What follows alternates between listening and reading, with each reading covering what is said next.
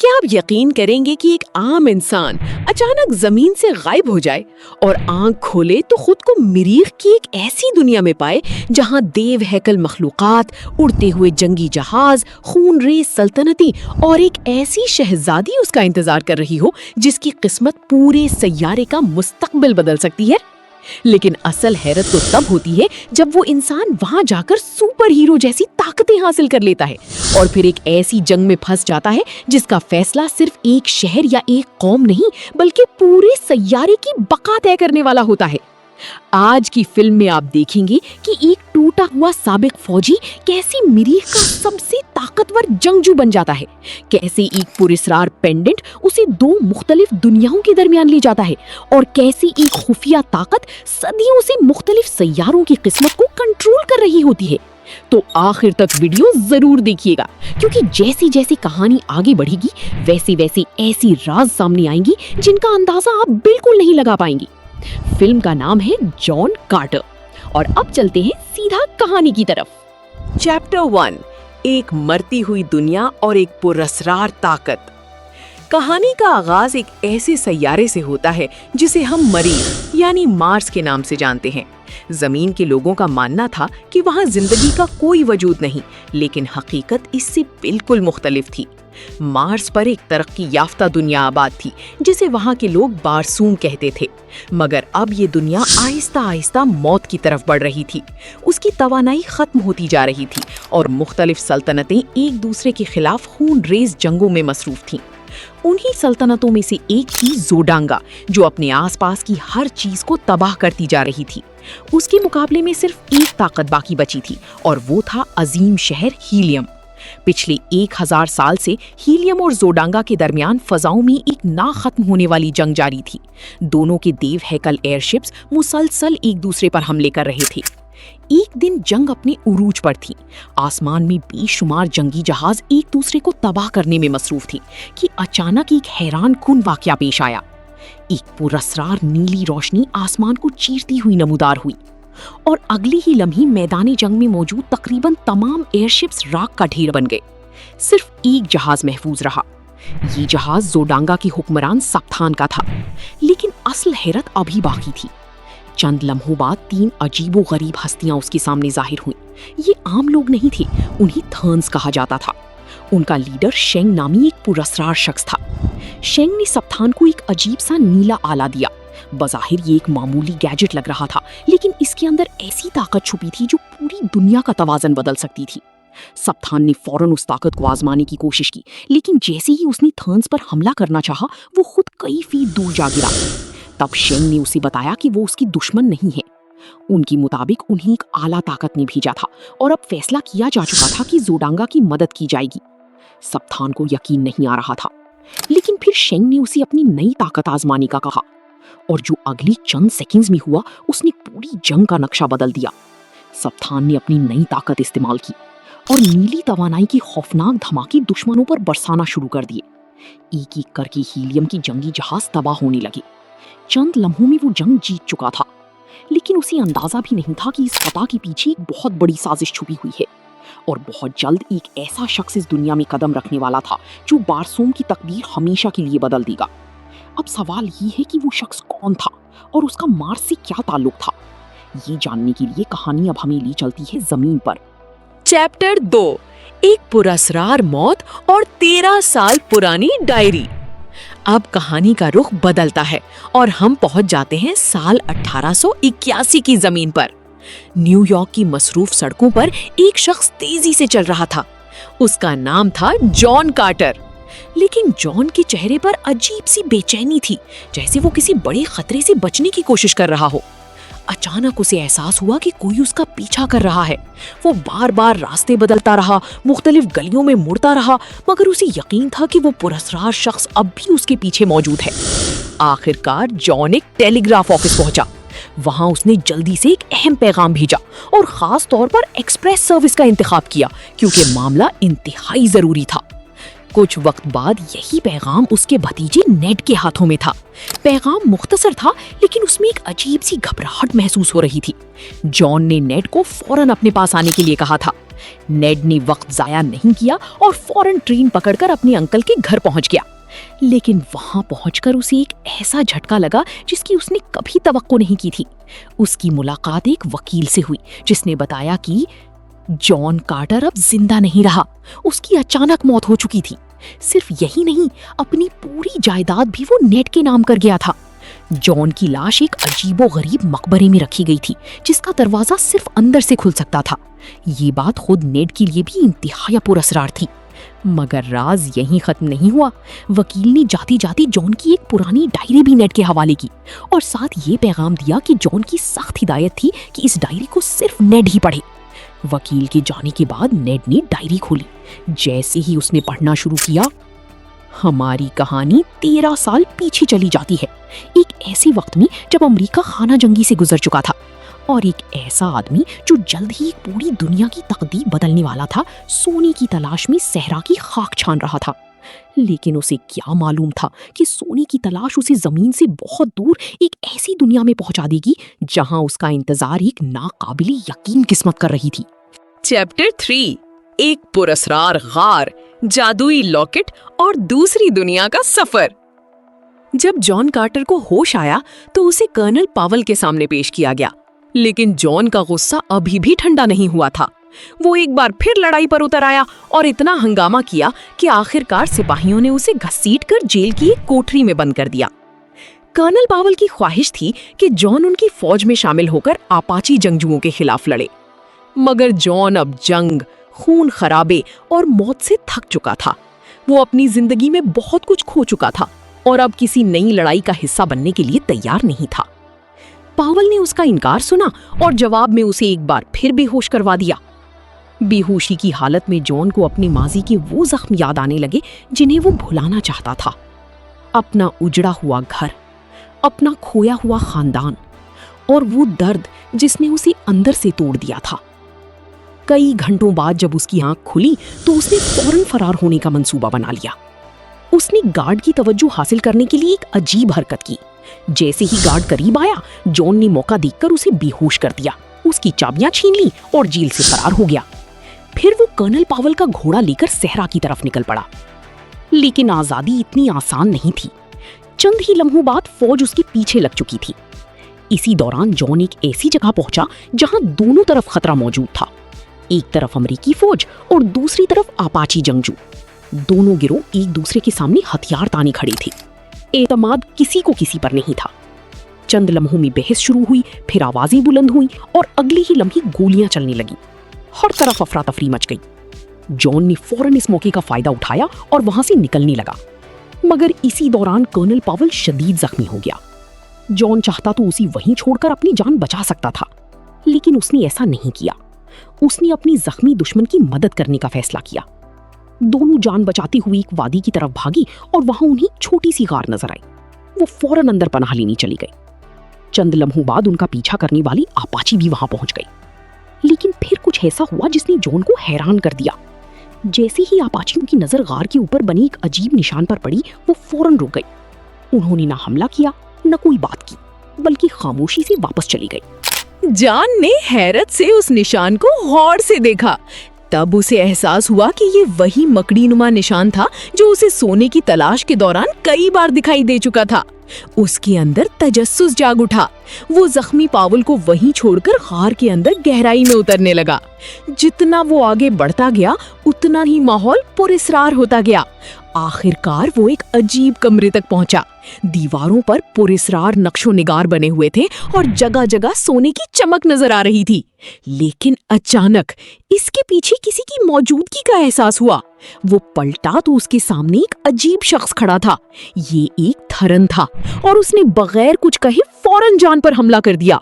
दोनों के दरमियान जबरदस्त हाथापाई शुरू हो गई। काफी देर तक लड़ाई जारी रही, लेकिन आखिरकार जान ने अपनी पिस्तौल निकाली और थरन को गोली मार दी। जैसे ही वो जमीन पर गिरा, जान की नजर उसके हाथ में पकड़े एक चमकते हुए लॉकेट पर पड़ी। मरने से पहले थरन ने चंद पुरअसरार अल्फाज सरगोशी में अदा किए। जान इन अल्फाज का मतलब तो नहीं जानता था, लेकिन ना जाने क्यों उसने भी वही अल्फाज दोहरा दिए और फिर उस लॉकेट को छू लिया। अगले ही लम्हे ऐसा हुआ जिसका तसव्वुर भी नामुमकिन था। पूरा कमरा रोशनी से भर गया। जान की इर्द गिर्द की दुनिया गायब होने लगी और फिर वो अचानक वहां से गायब हो गया। लेकिन अभी असल हैरत बाकी थी। जब जान ने दोबारा आंखें खोली तो वो किसी बिल्कुल अजनबी दुनिया में खड़ा था। चारों तरफ सुर्ख रंग का सहरा था, आसमान मुख्तलिफ था, हवा मुख्तलिफ थी और सब कुछ जमीन से अलग महसूस हो रहा था। जान ने उठने की कोशिश की लेकिन उसे अपने जिस्म पर अजीब सा बोझ महसूस हुआ। हर कदम उठाना मुश्किल लग रहा था। कई बार गिरने के बाद वो बमुश्किल खड़ा हो सका। फिर अचानक उसे एहसास हुआ कि उसकी चाल अजीब सी हो गई है। ऐसा लग रहा था जैसे वो जमीन पर चल नहीं रहा बल्कि फिजा में तैर रहा हो। गुस्से में आकर उसने वो लॉकेट दूर फेंक दिया और हैरत अंगेज तौर पर उसके बाद उसका तवाज़ुन बेहतर हो गया। लेकिन अगली दरियाफ्त उससे भी ज्यादा चौंकाने वाली थी। जान ने एक छलांग लगाई और मामूल से कई गुना ज्यादा दूर जा पहुंचा। फिर दूसरी छलांग और इस बार और भी ज्यादा दूर। जान अभी तक नहीं जानता था कि वो कहाँ आ चुका है, लेकिन हकीकत ये थी कि वो जमीन पर नहीं था। वो पहुंच चुका था बारसोम यानी मरीख की दुनिया में, और वहां की कम ग्रेविटी उसे गैर मामूली ताकतें दे रही थी। कुछ देर बाद जान पहाड़ी की चोटी पर पहुंचा। वहां उसने एक अजीब मंजर देखा। बड़े बड़े अंडों से सब्ज रंग के 6 बाजुओं वाले बच्चे निकल रहे थे। जॉन अभी इस हैरत से बाहर भी नहीं आया था कि अचानक जमीन लरजने लगी। दूर से एक बड़ा काफिला उसकी तरफ बढ़ रहा था। ये थे थार्क्स, बारसूम की खौफनाक और जंगजू नस्ल। वो देव हैकल जानवरों पर सवार थे और खतरनाक हथियार उठाए हुए थे। इनके लीडर का नाम था टारस टार्क्स। जैसे ही उसकी नजर जॉन के करीब पड़े लॉकेट पर गई, उसने फौरन हमले का हुक्म दे दिया। अगले ही लम्हे चारों तरफ से फायरिंग शुरू हो गई। लेकिन जॉन अब पहले वाला इंसान नहीं रहा था। उसने एक ऐसी जबरदस्त छलांग लगाई कि सब के सब हैरान रह गए। पलक झपकते ही वो उनकी पहुंच से बाहर जा चुका था। टारस टार्क्स ने जिंदगी में पहली बार ऐसा मंजर देखा था। उसने फौरन हमला रुकवा दिया। अब वो जॉन को दुश्मन नहीं बल्कि एक हैरत अंगेज मखलूक के तौर पर देख रहा था। वो उसके करीब आया और दोस्ती की कोशिश करने लगा, मगर मसला जुबान का था। दोनों एक दूसरे की बात नहीं समझ पा रहे थे। जब जॉन ने अपना ताल्लुक वर्जीनिया से बताया तो टारस टार्क्स ने यही समझ लिया कि उसका नाम वर्जीनिया है। लेकिन अगले ही लम्हे जॉन ने उसकी हथियार छीनने की कोशिश कर दी। ये हरकत थार्क्स को बिल्कुल पसंद नहीं आई। चंद सेकंड्स में सब उस पर टूट पड़े और उसे काबू कर लिया गया। अब जॉन कैदी बन चुका था और उसे नए पैदा होने वाले बच्चों के साथ थार्क्स की बस्ती की तरफ ले जाया जा रहा था। मगर दूसरी तरफ बारसोम में एक और कहानी भी चल रही थी। चैप्टर 4, शहजादी डीजा और 9-3 का राज। हीलियम की अजीम शहर में शहजादी डीजा थॉरस अपनी एक इनकलाबी इजाद की नुमाइश की तैयारी कर रही थी। उसे यकीन था कि उसकी इजाद पूरी दुनिया बदल सकती है। लेकिन तकरीब शुरू होने से पहले उसके वालिद किंग टाडोस मोरस और शाही मशीर वहां पहुंच गए। तमाम लोग जोडांगा के हालिया हमलों पर बात कर रहे थे, खास तौर पर उस पुरस्कार नीली ताकत पर जिसकी मदद से दुश्मन नाकाबिले शिकस्त बनता जा रहा था। तब डीजा ने सबको बताया कि उसने एक ऐसा आला बनाया है जो इस ताकत को जज्ब कर सकता है। वो इस तवानाई को 9-3 कहती थी। अगर उसकी इजाद कामयाब हो जाती तो शायद जंग का रुख बदल सकता था। अपनी बात साबित करने के लिए डीजा ने सबके सामने मशीन चलाने की कोशिश की, लेकिन उसे मालूम नहीं था कि वहां मौजूद हर शख्स उसका खैर ख्वाह नहीं था। मजलिस में मौजूद एक शख्स ने खुफिया तौर पर मशीन के साथ छेड़छाड़ कर दी और जब डीजा ने आला चलाया तो वो काम ही न कर सका। पूरे हॉल में खामोशी छा गई। लोगों को लगा कि शहजादी का तजुर्बा नाकाम हो गया है, लेकिन हकीकत कुछ और थी और बहुत जल्द डीजा को एहसास होने वाला था कि उसके इर्द गिर्द दुश्मन पहले से कहीं ज्यादा करीब मौजूद हैं। अब आगे क्या होगा? क्या जॉन कार्टर थारक्स की कैद से निकल पाएगा और क्या डीजा अपनी इजाद का राज साबित कर सकेगी? चैप्टर 5, थारक्स की दुनिया, वोला की दोस्ती और शहजादी डीजा से पहली मुलाकात। डीजा के नाकाम तजुर्बे के बाद बादशाह टाडोस मोरोस ने तमाम वजीरों को वहां से जाने का हुक्म दे दिया। जब सब लोग चले गए तो उसने अपनी बेटी से एक ऐसी बात कही जिसने उसकी दुनिया ही हिला दी। उसके मुताबिक जंग रोकने का सिर्फ एक ही रास्ता बाकी बचा था और वो था सप्तान से शादी। ये सुनती ही डीजा के कदमों तले जमीन निकल गई। वो जानती थी कि सप्तान एक जालिम हुक्मरान है और उससे शादी का मतलब अपनी आजादी कुर्बान करना होगा। उसने अपने वालिद को बहुत समझाने की कोशिश की।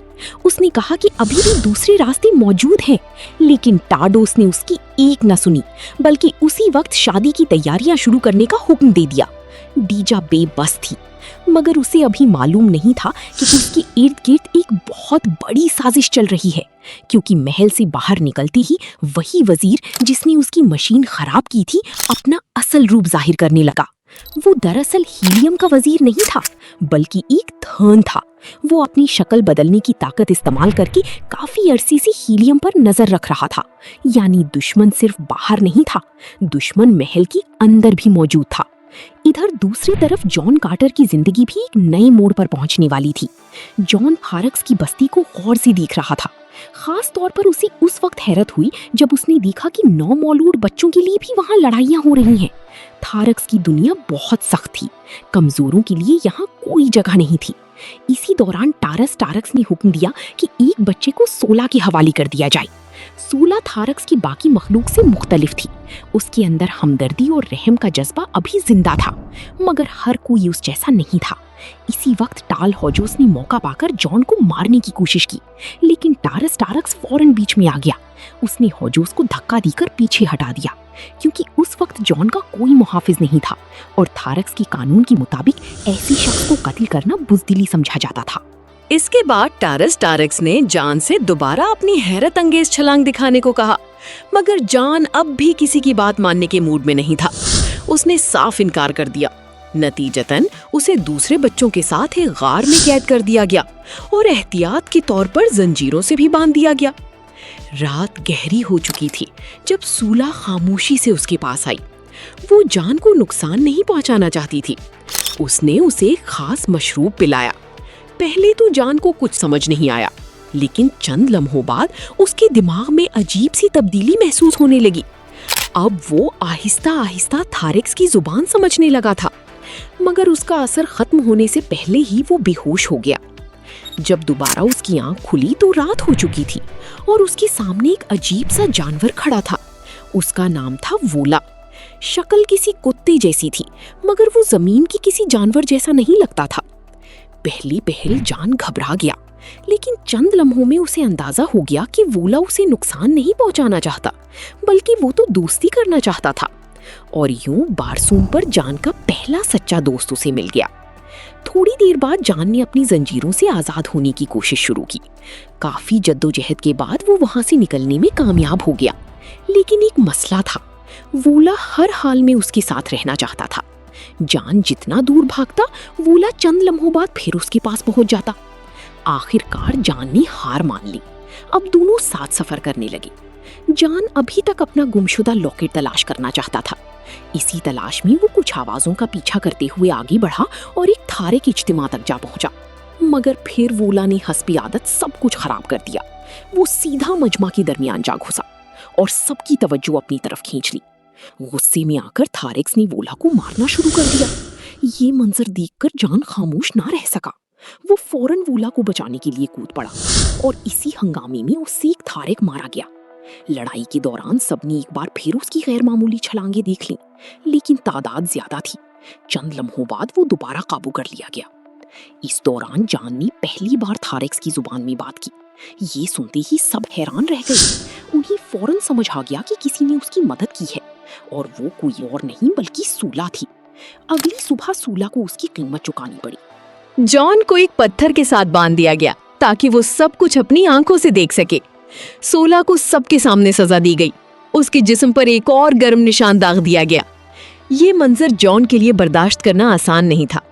टारक्स ने ऐलान किया कि अगर सूला ने दोबारा ऐसा किया तो उसे कत्ल कर दिया जाएगा, क्योंकि उसके जिस्म पर मजीद निशान लगाने की जगह बाकी नहीं बची थी।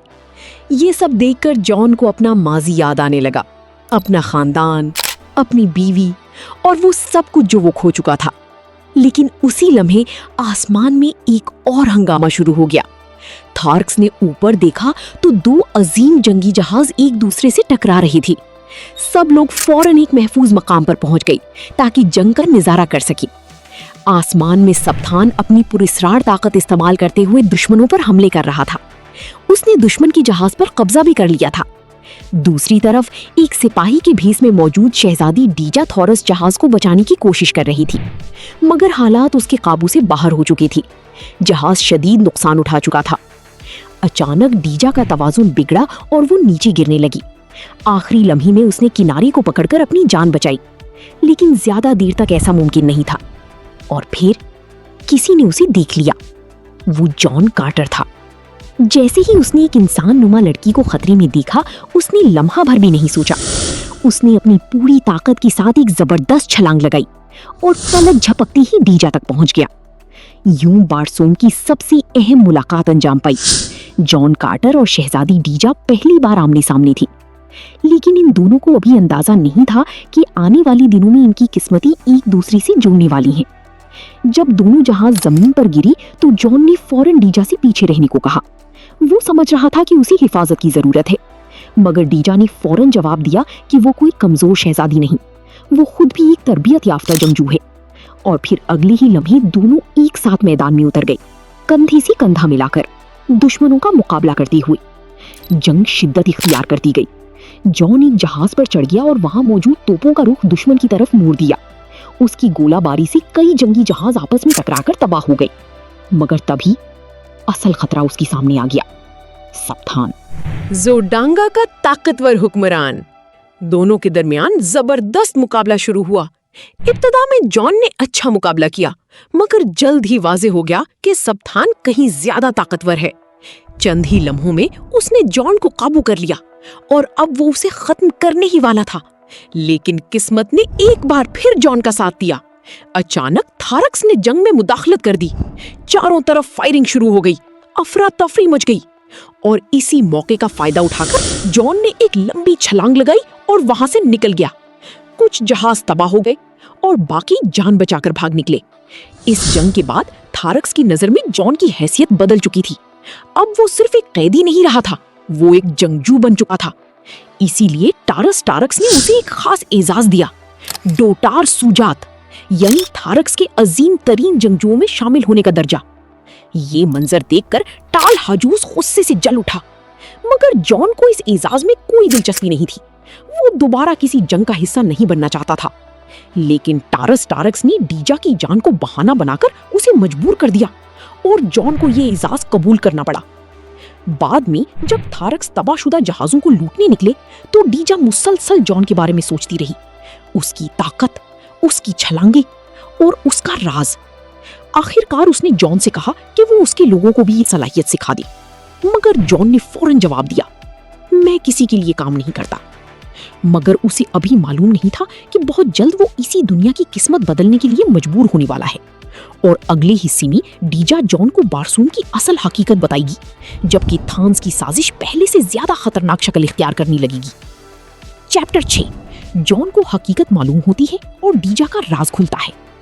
डीजा ने जॉन को बारसूम की असल हालत समझानी शुरू की।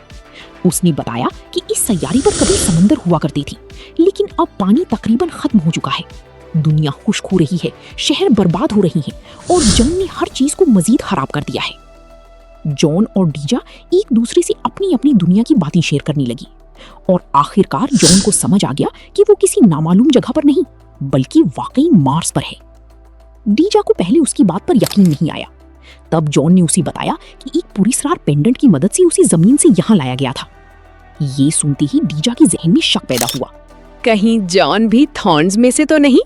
जवाब ढूंढने के लिए डीजा उसे गॉडेस के मंदिर ले गई।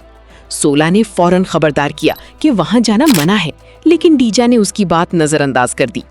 मंदिर के अंदर दीवारों पर कदीम निशानात बने हुए थे। डीजा ने उन्हें गौर से पढ़ना शुरू किया। उन सिंबल्स में एक ऐसी गेट का जिक्र था जो शायद जॉन को वापस जमीन पर भेज सकता था। डीजा ने जॉन से वादा किया कि वो उसे उस गेट तक ले जाएगी, क्योंकि जॉन ने उसकी जान बचाई थी और अब डीजा उसका एहसान चुकाना चाहती थी। लेकिन उसी वक्त टार्क्स अपने लोगों के साथ वहां पहुंच गया। कानून तोड़ने के जुर्म में तीनों को गिरफ्तार कर लिया गया। टार्क्स जॉन पर शदीद गुस्से में था, क्योंकि उसकी वजह से सोला मुश्किल में पड़ चुकी थी। जॉन को तब मालूम हुआ कि सोला दरअसल टार्स टार्क्स की बेटी है। ये सुनते ही टार्स ने जॉन को जोर से मारा और कहा कि थार्क्स में माँ बाप और अपनी औलाद का कॉन्सेप्ट नहीं होता। फिर वो तीनों को अपने खेमे में ले गया। बाहर सबको लगा कि वो उन्हें सजा देने वाला है, लेकिन अंदर जाकर उसने जॉन को उसका पेंडेंट वापस कर दिया और खामोशी से कहा कि फौरन यहाँ से भाग जाओ। टार्स टार्क्स जानता था कि अगर वो ना भागे तो सूला की जान खतरे में पड़ जाएगी। इधर जैसे ही हाजोस को शक हुआ वो खेमे में घुस आया, लेकिन तब तक जॉन, डीजा और सूला वहां से निकल चुके थे। अब टार्स टार्क्स पर गद्दारी का इल्जाम लग चुका था, यानी जॉन को बचाने की कीमत अब टार्स को अदा करनी थी। जॉन, डीजा और सूला बारसूम के खतरनाक रास्तों पर सफर करने लगे। वोला भी उनके साथ साथ चल रहा था। रास्ते में जॉन ने अपनी आंखों से देखा कि सप्तान की जंग ने इस दुनिया को कितना बर्बाद कर दिया है। हर तरफ तबाही थी, वीरान बस्तियां, जले हुए मैदान और खौफ की साई। कभी उन्हें खतरनाक रेत के तूफानों से बचना पड़ता तो कभी दुश्मन की वॉरशिप से छुपना पड़ता। कई दिन की सफर के बाद सूला को शक हुआ कि डीजा उन्हें उस गेट की तरफ नहीं ले जा रही। जब उसने डीजा से सवाल किया तो डीजा ने आखिरकार सच बता दिया। वो उन्हें हीलियम ले जा रही थी क्योंकि उसे जॉन की ताकत चाहिए थी। वो चाहती थी कि जॉन उसके लोगों को बचाने में मदद करे। ये सुनकर जॉन शदीद नाराज हो गया। उसे लगा डीजा ने उसे धोखा दिया है। उसने फैसला कर लिया कि वो डीजा को वहीं छोड़ देगा। तब डीजा उसके सामने घुटनों के बल बैठ गई। उसने बताया कि वो हीलियम की शहजादी है। अगर वो सप्तान की हाथ लग गई तो उसकी आजादी खत्म हो जाएगी। और सबसे बड़ा सच ये था कि जिस गेट का वो जिक्र कर रही थी वो शायद मौजूद ही नहीं था। जॉन गुस्से में था, मगर फिर भी उसे डीजा की बेबसी नजर आ गई। आखिरकार उसने उसे अपने साथ रखने का फैसला किया, लेकिन जॉन को अब भी यकीन था कि वो गार जिसने उसे यहाँ पहुंचाया जरूर कहीं ना कहीं मौजूद है। उधर शेंग को डीजा की लोकेशन मिल चुकी थी और अब वो खुद उसके पीछे आने वाला था। कुछ देर बाद तीनों एक मुकद्दस दरिया तक पहुंचे। ये वो जगह थी जहां लोग अपने गुनाहों का कफ्फारा अदा करने के लिए पानी में कूदकर अपनी जिंदगी खत्म कर देते थे ताकि उन्हें अगली दुनिया में निजात मिल सके। सोला भी उनके साथ जाना चाहती थी, लेकिन जॉन ने उसे फौरन रोक दिया। उसने सोला से कहा कि अगर वो वाकई अपने बाप की इज्जत करती है तो उसे हार नहीं माननी चाहिए। उसे जिंदा रहकर अपनी जिम्मेदारी पूरी करनी होगी।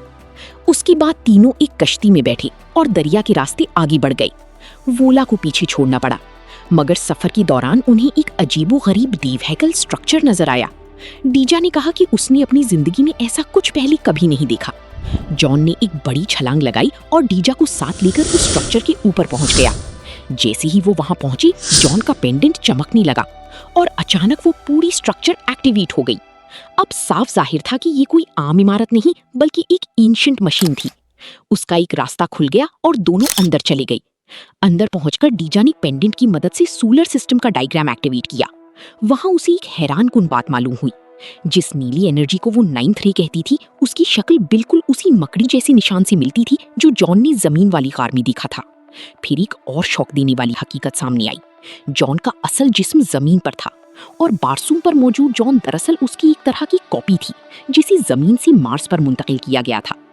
ये सब देखकर डीजा को पहली बार जॉन की बात पर मुकम्मल यकीन आ गया।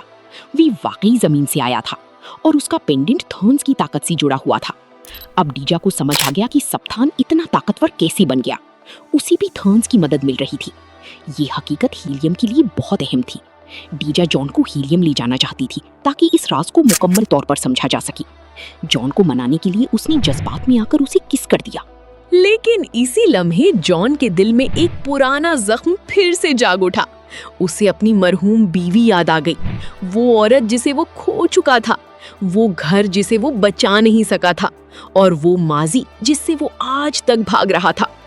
लेकिन इससे पहले कि वो कुछ समझ पाता, खतरा उनके सर पर पहुंच चुका था। अचानक थार्क्स की एक फौज वहां आ गई। उनके दरमियान शैंग भी मौजूद था, मगर इस बार वो एक थार्क के रूप में था।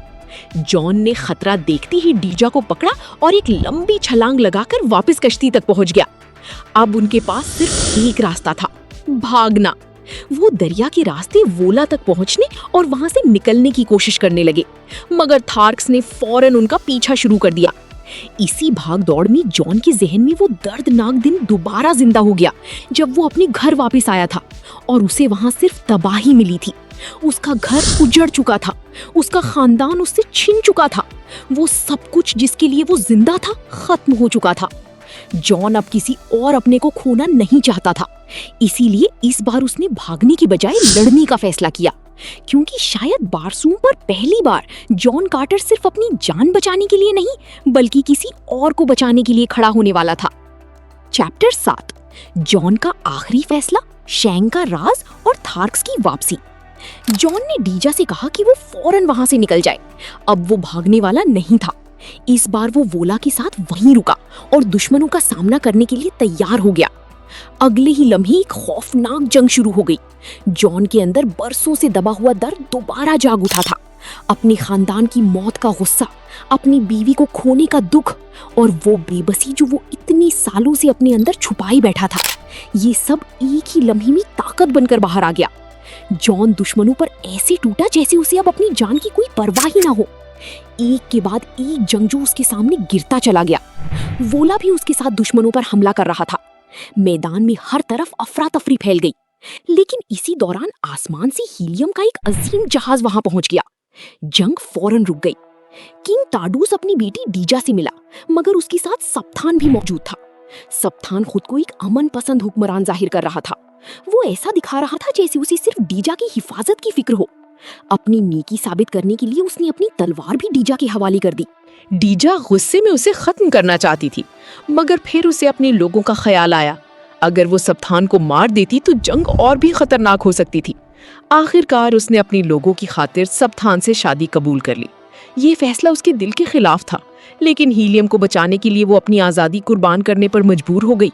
इसके बाद जहाज सबको अपने साथ ले गया और जॉन भी उनके साथ था। लेकिन किसी को मालूम नहीं था कि वोला और सोला मिट्टी के नीचे छुपकर बच निकले हैं। कुछ घंटों बाद जॉन की आंख एक शानदार कमरे में खुली। कमरा सिपाहियों से घिरा हुआ था।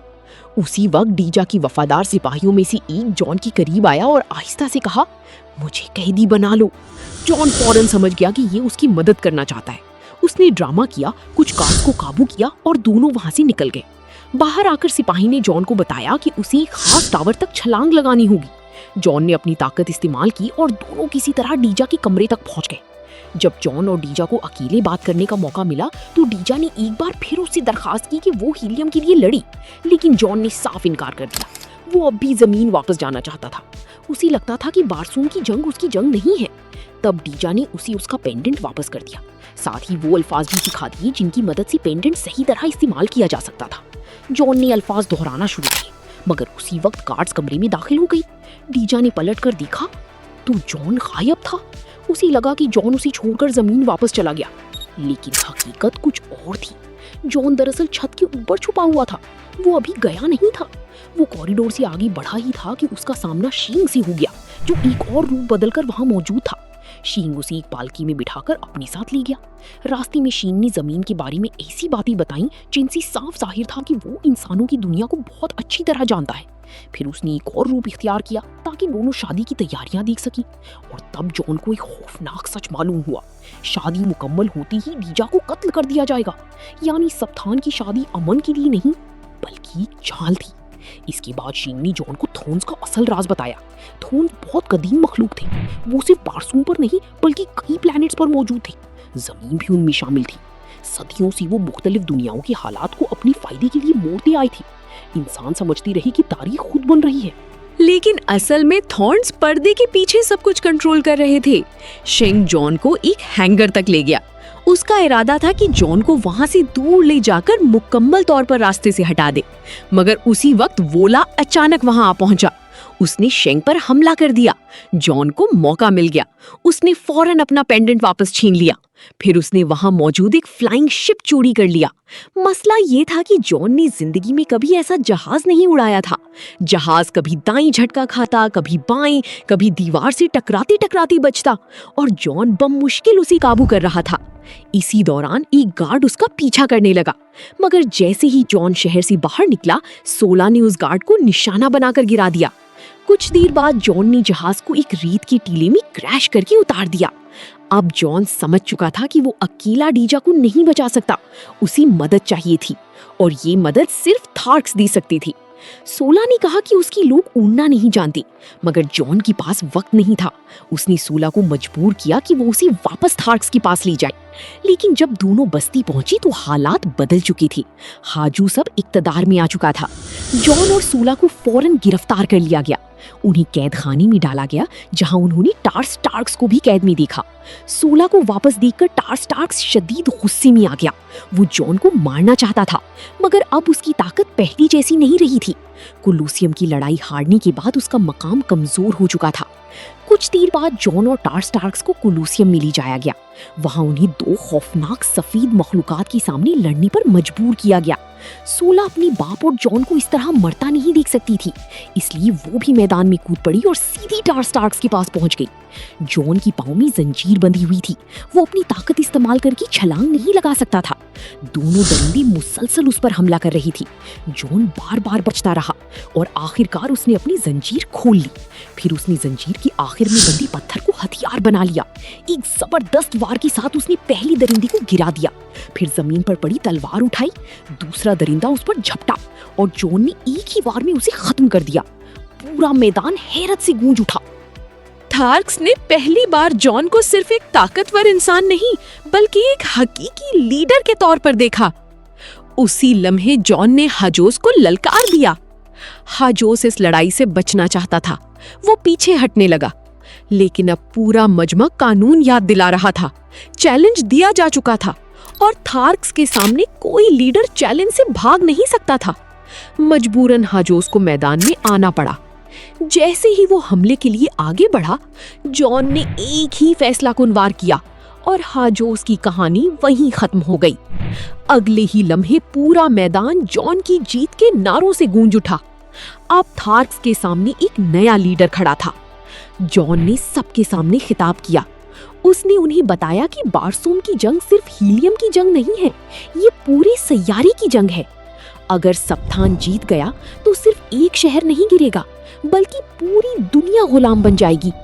जॉन ने थार्क्स से कहा कि आज फैसला करना होगा, क्या वो हमेशा दूसरों की जंग दूर से देखते रहेंगे या पहली बार अपनी दुनिया बचाने के लिए खड़े होंगे। उसकी आवाज में दर्द भी था, गुस्सा भी और एक नया मकसद भी, क्योंकि अब जॉन कार्टर भागने वाला इंसान नहीं रहा था। अब वो बारसूम के लिए लड़ने को तैयार था। और अब अगले हिस्से में जॉन अपनी सबसे बड़ी जंग लड़ने वाला है, डीजा को बचाने के लिए, हीलियम को बचाने के लिए और थर्न्स की साजिश को खत्म करने के लिए। चैप्टर 8, आखिरी जंग, आखिरी धोखा और जॉन कार्टर की वापसी। जॉन ने थार्क्स के सामने साफ कह दिया कि बारसूम को बचाने के लिए उसे जंगजुओं की जरूरत है। उसकी बातों में इतना यकीन था कि पूरा मजमा उसके साथ जंग में जाने के लिए तैयार हो गया। उधर दूसरी तरफ डीजा की शादी की रस्में शुरू हो चुकी थी। जॉन थार्क्स को साथ लेकर जोडांगा पहुंचा, लेकिन वहां पहुंचते ही सब हैरान रह गए। पूरा शहर खाली था। असल में शादी जोडांगा में नहीं बल्कि हीलियम में हो रही थी।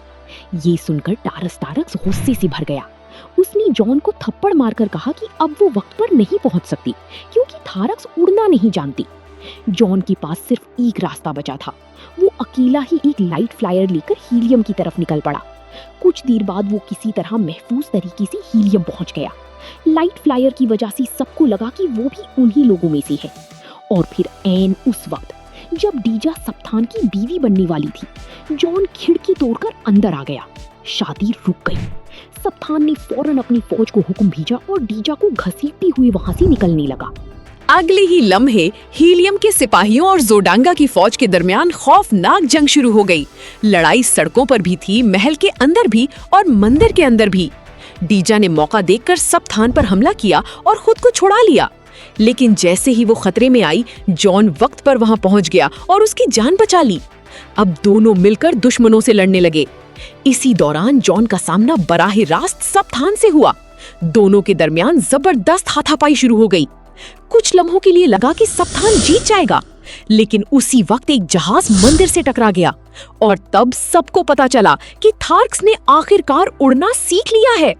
अब थार्क्स और हीलियम के लोग एक साथ लड़ रहे थे। जंग का रुख बदलने लगा। जॉन ने सप्तान को काबू किया और उससे सच उगलवाने की कोशिश की, लेकिन उससे पहले कि वो कुछ बता पाता, वो नीली रोशनी वापस उसके जिस्म में लौट आई और चंद ही लम्हों में उसकी जान ले ली। वही रोशनी अब जॉन को भी काबू करने लगी। असल में करीब ही शैंग एक थार्क का रूप बदलकर इस ताकत को कंट्रोल कर रहा था, लेकिन डीजा ने अपनी तलवार से उसे रोक दिया। शैंग ने फौरन डीजा का रूप इख्तियार कर लिया ताकि सबको कंफ्यूज कर सके। जब जॉन वहां पहुंचा तो नकली डीजा ने असली डीजा को धक्का देकर नीचे गिरा दिया। इसी मौके का फायदा उठाकर शैंग खिड़की से फरार हो गया। इधर टारिस टारक्स को जमीन पर पेंडेंट मिला। जॉन ने फौरन उससे पेंडेंट मांगा, लेकिन उसी लम्हे असली जॉन सामने आया और सबको समझ आ गया कि शैंग अभी भी खेल खेल रहा है। जॉन और टारिस टारक्स दोनों उस पर टूट पड़े, मगर शैंग फौरन गायब हो गया। आखिरकार जंग खत्म हो गई। हीलियम बच गया, जोडांगा शिकस्त खा चुका था और बारसूम पर खुशी की लहर दौड़ गई। जब सब कुछ शादी के लिए तैयार हुआ तो जॉन ने अपनी पुरानी वेडिंग रिंग उतार दी। ये इस बात की अलामत थी कि वो आखिरकार अपने माजी के दर्द को छोड़ने के लिए तैयार है। फिर उसने डीजा से शादी की बात की। डीजा ने खुशी से हाँ कर दी और पूरा शहर जश्न में डूब गया। लेकिन कहानी अभी खत्म नहीं हुई थी। शादी की रात के बाद जॉन ताजा हवा लेने बैल्कनी में आया। उसने पेंडेंट दूर फेंक दिया। उसे लगा कि अब वो जमीन का नहीं, बारसूम का जॉन कार्टर बन चुका है। लेकिन इसी वक्त एक गार्ड उसके सामने आया और अगले ही लम्हे हकीकत खुल गई। वो गार्ड दरअसल शैंग था। शिंग ने जॉन को छुआ और फौरन उसे वापस जमीन पर भेज दिया। जॉन की आंख उसी गार में खुली जहां से ये सब शुरू हुआ था। कई साल गुजर चुके थे। कर्नल पाउल कब का मर चुका था। जॉन ने चट्टान पर बने मकड़ी के निशान वाले अल्फाज दोबारा बोलने की कोशिश की, लेकिन इस बार कुछ भी नहीं हुआ। अब प्रेजेंट टाइम में नीड डायरी पढ़कर खत्म कर चुका था। डायरी में लिखा था कि जॉन ने कई साल एक नई पेंडेंट की तलाश में गुजार दिए ताकि वो दोबारा बारसूम वापस जा सके। आखिरकार उसे एक जगह से सुराग मिला, लेकिन जॉन जानता था कि थॉर्न्स अब भी उसके पीछे हैं। वो शक्लें बदलकर उस पर नजर रखे हुए थे। इसीलिए जॉन ने एक मास्टर प्लान बनाया। उसने बीमार होने का ड्रामा किया, फिर एक खास जहर की मदद से अपने जिस्म को बिल्कुल मुर्दा जैसा बना लिया ताकि लोग उसे क्रिप्ट में रख दे। उसने कुछ ऐसी हिदायत भी छोड़ी जिनका असल मतलब सिर्फ नीड समझ सकता था। ये सब पढ़कर नीड परेशान हो गया। वो फौरन क्रिप्ट की तरफ भागा। उसने टेलीग्राम में दिए गए कीवर्ड्स इस्तेमाल करके क्रिप्ट खोला, लेकिन अंदर देखते ही उसके होश उड़ गए। क्रिप्ट बिल्कुल खाली था। उसी वक्त एक थॉर्न उसके पीछे आ खड़ा हुआ। वो हमला करने ही वाला था कि अचानक गोली चलने की आवाज आई। थॉर्न वहीं गिर गया। तब जॉन अपनी छुपने की जगह से बाहर आया। उसने नीड को बताया कि ये सब एक ट्रैप था। उसने नीड को इस्तेमाल करके थॉर्न को बाहर निकलवाया ताकि उसे पेंडेंट मिल सके। जॉन ने मरे हुए थॉर्न के हाथ से पेंडेंट उठाया। फिर उसने नीड से कहा कि उसके असल जिस्म की हिफाजत करे। उसके बाद जॉन क्रिप्ट के अंदर चला गया। दरवाजा हमेशा के लिए बंद हो गया। जॉन ने वो खास अल्फाज अदा किए और अगले ही लम्हे वो दोबारा बारसूम वापस लौट गया, वही जहां उसकी नई जिंदगी और डीजा उसका इंतजार कर रही थी। और इसी के साथ जॉन कार्टर की ये हैरानकुन कहानी खत्म होती है। अगर वीडियो पसंद आई हो तो लाइक करें, चैनल फिल्मी दुनिया हिंदी उर्दू को सब्सक्राइब करें और अगली मूवी एक्सप्लेनेशन के लिए तैयार रहें। रिव्यूज और रेटिंग्स की बात करें तो जॉन कार्टर को क्रिटिक्स और ऑडियंस की तरफ से मिक्स्ड रिस्पांस मिला। रॉटन टोमेटोज पर इसका क्रिटिक स्कोर 52% है, जबकि ऑडियंस स्कोर 60% है। IMDb पर फिल्म को 6.6 आउट ऑफ 10 रेटिंग मिली और मेटाक्रिटिक ऑडियंस स्कोर के मुताबिक तकरीबन 63% यूजर्स ने इसे पॉजिटिव रिस्पांस दिया। क्रिटिक्स ने फिल्म के विजुअल्स, बारसूम की वर्ल्ड बिल्डिंग, बड़ी स्केल की CGI, action scenes, arena fights और जॉन कार्टर की सुपर ह्यूमन जंप्स को काफी पसंद किया। टेलर किच ने जॉन कार्टर के किरदार में एक रगिड हीरो वाली फील दी, जबकि लिन कॉलिंस की डेजा थॉरिस को भी एक स्ट्रॉन्ग और ब्रेव प्रिंसेस के तौर पर अप्रिशिएट किया गया। लेकिन दूसरी तरफ फिल्म पर क्रिटिसिज्म भी काफी हुआ। बहुत से लोगों को इसकी स्टोरी थोड़ी कंफ्यूजिंग लगी, क्योंकि फिल्म ने बहुत ज्यादा सोर्स मटेरियल एक ही मूवी में फिट करने की कोशिश की। शुरू का हिस्सा कुछ व्यूअर्स को स्लो लगा और प्लॉट में इतनी इंफॉर्मेशन थी कि आम ऑडियंस के लिए उसे फॉलो करना आसान नहीं था। एक और इंटरेस्टिंग बात यह है कि जॉन कार्टर की ओरिजिनल नॉवेल्स ने स्टार वॉर्स, एवाटार और ड्यून जैसी साईफाई वर्ल्ड्स को इंस्पायर किया था, लेकिन जब फिल्म 2012 में आई तो कुछ व्यूअर्स को ये उल्टा इन्हीं मूवीज जैसी लगने लगी। बॉक्स ऑफिस पर भी फिल्म को बड़ा नुकसान हुआ। इतने बड़े बजट के बावजूद मूवी एक्सपेक्टेड अर्निंग नहीं कर सकी और इसी वजह से डिज्नी ने इसकी प्लान ट्रिलॉजी कैंसिल कर दी। तो ओवरऑल देखा जाए तो जॉन कार्टर परफेक्ट मूवी नहीं थी, लेकिन ये एक विजुअली ग्रैंड, एडवेंचरस और अंडररेटेड साईफाई फैंटेसी फिल्म जरूर है। अगर आपको alien worlds, royal wars, epic battles और ओल्ड स्कूल एडवेंचर मूवीज पसंद है तो ये फिल्म एक बार जरूर देखने वाली है। फिल्मी दुनिया Hindi Urdu rating 7 out of 10। तो ये थी जॉन कार्टर की मुकम्मल कहानी। एक ऐसी फिल्म जिसे रिलीज के वक्त वो कामयाबी नहीं मिल सकी जिसकी ये हकदार थी, लेकिन वक्त गुजरने के साथ बहुत से व्यूअर्स इसे एक अंडररेटेड साइफाई एडवेंचर मानने लगे। फिल्म में हमें जबरदस्त वर्ल्ड बिल्डिंग, यादगार एक्शन सीन्स, दिलचस्प एलियन रेसेस और एक ऐसी जर्नी देखने को मिलती है जिसमें एक इंसान अपने माजी के दर्द से निकलकर एक पूरी दुनिया का हीरो बन जाता है। सबसे दिलचस्प बात यह है कि फिल्म के इख्तिताम पर जॉन कार्टर दोबारा बारसूम वापस पहुंच जाता है, जिससे वाज़ेह होता है कि इस कहानी के मजीद हिस्से भी बनने थे। लेकिन बॉक्स ऑफिस पर फिल्म की नाकामी की वजह से बाकी प्लान्ड सीक्वल्स कभी नहीं बन सके। अब आप हमें कमेंट में जरूर बताइएगा कि अगर जॉन कार्टर 2 बनती तो क्या आप इसे देखना पसंद करते? और अगर आपको sci-fi, fantasy, time travel, alien worlds और माइंड ब्लोइंग मूवी एक्सप्लेनेशंस पसंद हैं तो वीडियो को लाइक करें, चैनल फिल्मी दुनिया हिंदी उर्दू को सब्सक्राइब करें और बेल आइकन जरूर प्रेस करें, क्योंकि अगली वीडियो में भी हम लेकर आएंगे एक और ऐसी फिल्म जिसकी पूरी कहानी आपको हैरान कर देगी। तब तक के लिए अपना ख्याल रखिए और मिलते हैं अगली वीडियो में।